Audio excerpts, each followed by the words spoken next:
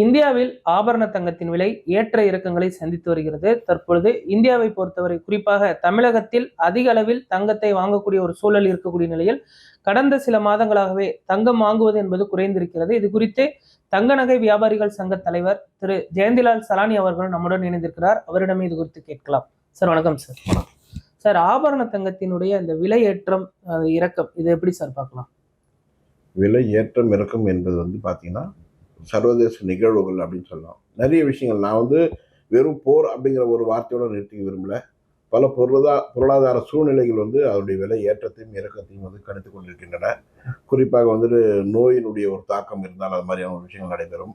அதே மாதிரி தொழில்துறையில் என்ன மாதிரியான முன்னேற்றங்கள் வருதோ இல்லை அதனுடைய பின்னடைவுகள் போன்றவை தங்கத்துடைய விலை நிர்ணயிக்கும்.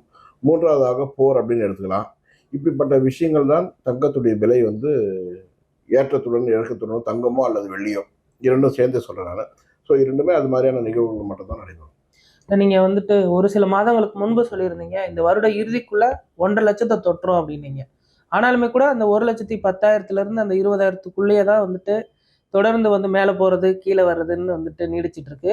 2-3 தினங்களுக்கு முன்பு 1,08,000 வரை போயிருந்துச்சு. இப்போ 1,14,000 விற்கிது. இது எப்படி பார்க்கலாம் சார்? அதாவது இப்போ சொல்றேன், நான் மறுபடியும் இந்த வருடம் இறுதிக்குள் புதிய ஒரு அத்தியாயத்தை ஏற்படுத்தும் அப்படிங்கிறது. அதாவது புதிய உச்சத்தை இந்த வருடம் இறுதிக்குள்ள தங்கத்துடைய விலை தொடும்.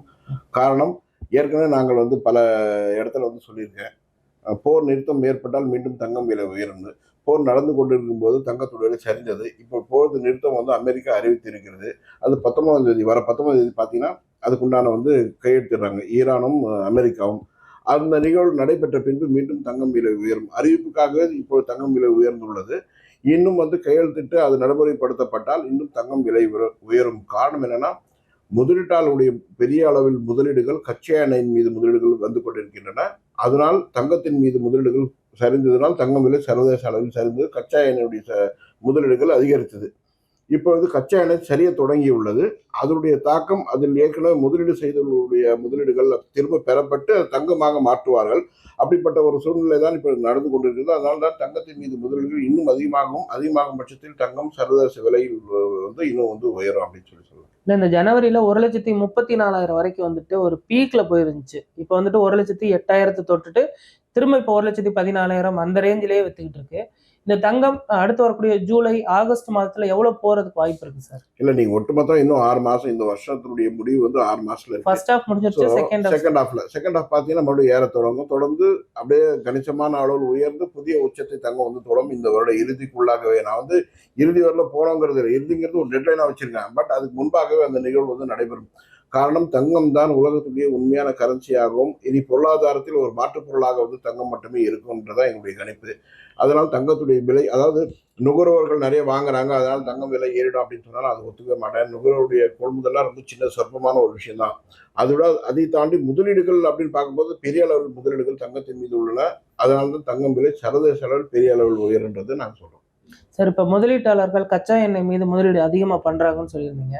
இப்ப வரக்கூடிய காலங்கள்ல தங்கம் மீது மீண்டும் முதலீடு செய்வதற்கு வாய்ப்பு இருக்கிறதா? ஆமா, இப்ப கச்சா எண்ணெய் விலை சரியும் போது ஏற்கனவே முதலீடு செய்துள்ளவர்கள் தங்களுடைய லாபத்தை நிறுத்தி கொண்டு மீண்டும் தங்கத்தின் மீது முதலீடு செய்ய தொடங்குவார்கள். இப்பொழுது முதலீடு செய்தால் மீண்டும் தங்கம் விலை ஏறும்போது அவங்களுக்கு பெரிய அளவில் லாபம் வரும். தொடர்ந்து தங்கம் விலை ஏறிக்கொண்டே போனால் அவருடைய லாபம் அதிகரித்து கொண்டு போகும். அதனால் இந்த மாற்றாக, அதாவது தங்கத்திற்கு மாற்றாக கச்சா எண்ணெயும், இப்பொழுது கச்சா எண்ணெய்க்கு மாற்றாக தங்கத்தின் மீது முதலீடு செய்ய தொடங்குவார்கள். அதனால் தான் தங்கம் மற்றும் வெள்ளியினுடைய விலைகள் பெரிய அளவில் சர்வதேச அளவில் உயரும் என்று கருத்து. குறிப்பா இப்ப கச்சா எண்ணெயோட அந்த தாக்கம்ங்கிறது சிறு வியாபாரிகள்ல இருந்து ஹோட்டல்ல இருந்து எல்லாத்துலயும் எதிரொலிச்சதை நம்ம பார்த்தோம்.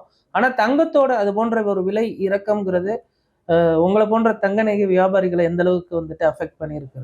நிச்சயமாக பாதிப்பு இருக்கும். ஏனென்றால் தங்கத்தின் மீது மக்கள் முதலீடு செய்வதே அதனுடைய விலை உயரும், தாம் முதலீடு செய்தால் நல்ல லாபம் வரும் அப்படிங்கிற ஒரு நோக்கத்தில் முதலீடு செய்கிறாங்க. அப்போ விலை சரியும் போது அவர்களுக்கு அதன் மீது உள்ள நம்பிக்கை ஓரளவுக்கு தகர்க்கப்படுகிறது.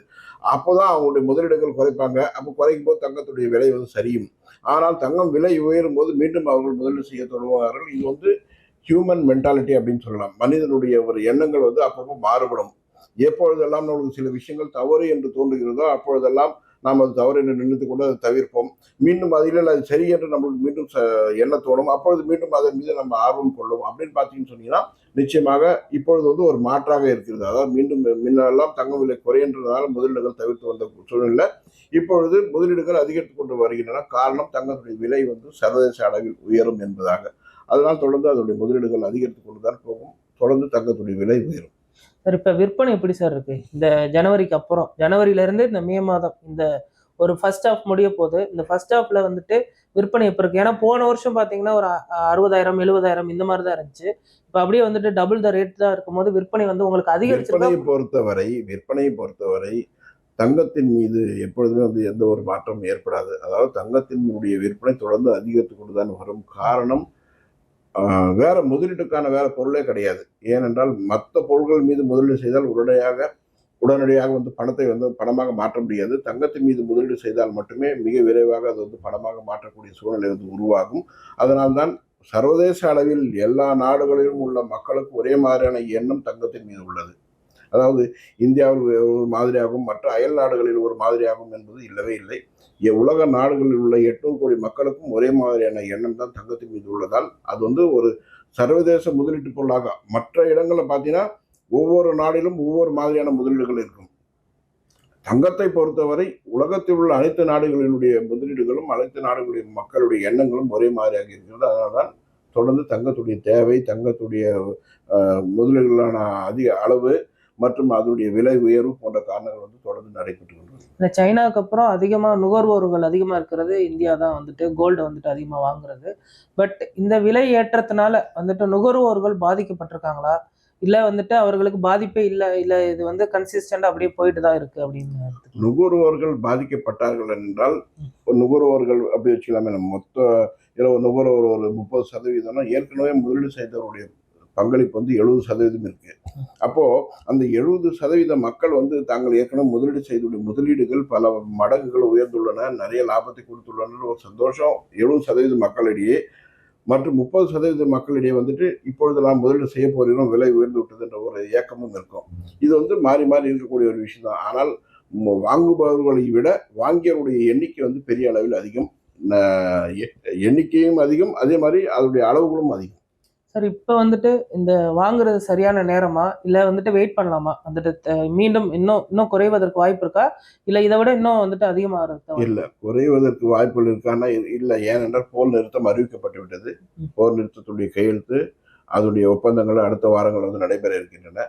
அப்படிப்பட்ட சூழ்நிலையெல்லாம் கணித்து பார்க்கும்போது மேலும் இன்னும் இப்பொழுது என்ன விலை உள்ளதோ அதை விட கூடுதலான விலை தான் தங்கத்துடைய விலை இருக்கும். இப்பொழுது சமீபமாக குறைவதற்கான எந்த முகாந்திரமும் இல்லை. ஓகே.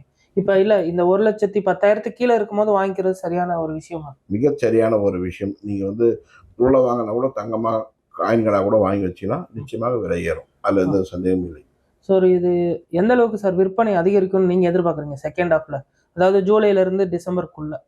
இல்ல நீங்க இந்தியாவை பொறுத்தவரை கன்சியூமரா எடுத்துட்டோம்னு சொன்னா நிறைய இப்ப திருமண நாட்கள் வந்து தொடங்கி இருக்கு. அது இல்லாம பண்டிகை தினங்கள், விநாயகர் சதுர்த்தி, திருமண நாட்கள் மற்றும் பண்டிகை நாட்கள், விசேஷ நாட்கள் நிறைய இருக்கிறதுனால தொடர்ந்து இந்தியாவுடைய தேவை அதிகரித்துக் கொண்டே வரும். அது மட்டும் இல்லாமல் சர்வதேச நிகழ்வுகள் தங்கத்திற்கு சாதகமாக உள்ளது. சாதகமாக என்பது தங்கத்துடைய விலை உயர்வதற்கு சாதகமாக உள்ளது. அதனால் உயரும்.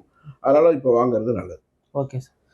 தங்க நகை விலை ஏற்றம் குறித்தும் அதே போன்று அதனுடைய விற்பனை குறித்தும் பல்வேறு விதமான முக்கிய கேள்விகளுக்கும் தங்க நகை வியாபாரிகள் சங்க தலைவர் திரு ஜெயந்திலால் சலானி அவர்கள் நமக்கு பதிலளித்ததை பார்த்தோம். மீண்டும் ஒரு நிகழ்ச்சியில் சந்திக்கலாம். வணக்கம்.